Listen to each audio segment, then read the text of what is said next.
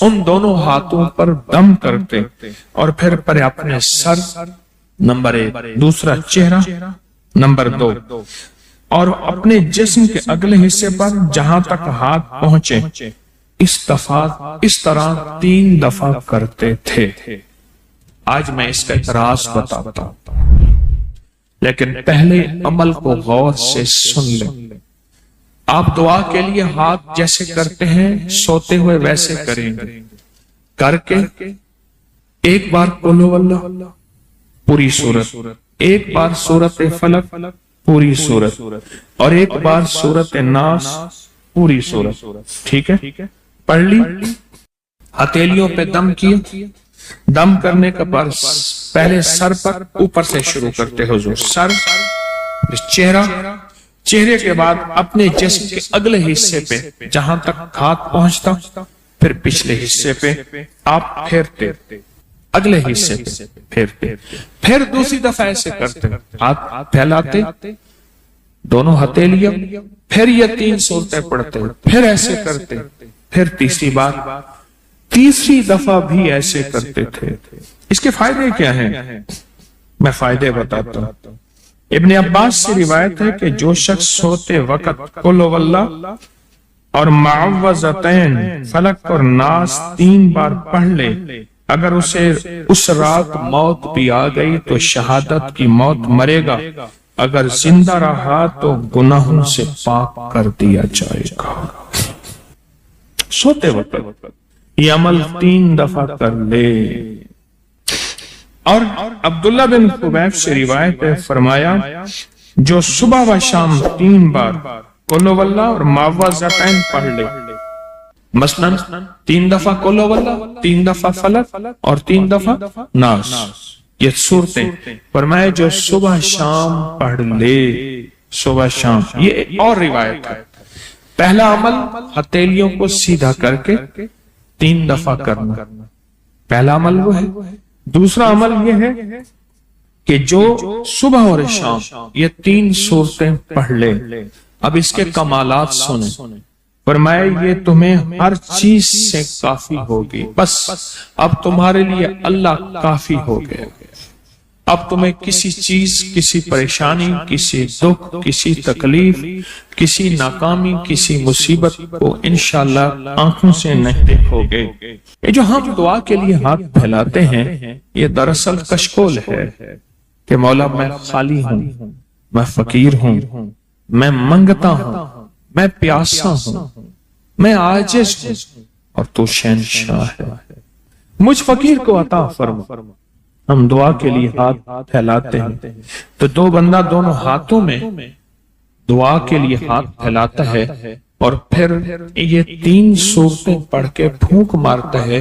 ان تمام 3 صورتوں کا نور، اس کا سرور، اس کی برکت، اس کی رحمت اور اس کی عطا اس کے ہاتھوں پہ آتی ہے، پھر اس ساری عطا کو اپنے پورے جسم پر پھیرتا ہے تو ایسے ہے اس کے پورے جسم پہ ایک نور کا حصار، دیوار، ایک نور اس کے جسم پہ، پھر اس کو دنیا کا کوئی حسد کا تیر، کوئی جادو کا تیر اس پہ وار نہیں ہوتا، کوئی دشمن کا ایسا تیر جو انتقام کا ہو، ناکامی کا ہو۔ ایک چیز ہے، ایک دعا ضرور پڑھا کرے، اللہم انی اعوذ بک من زوال نعمتک، بس اللہم انی اعوذ بک من زوال نعمتک، اے اللہ مجھے نعمتوں کے زوال سے بچا، نعمتوں کے زوال سے۔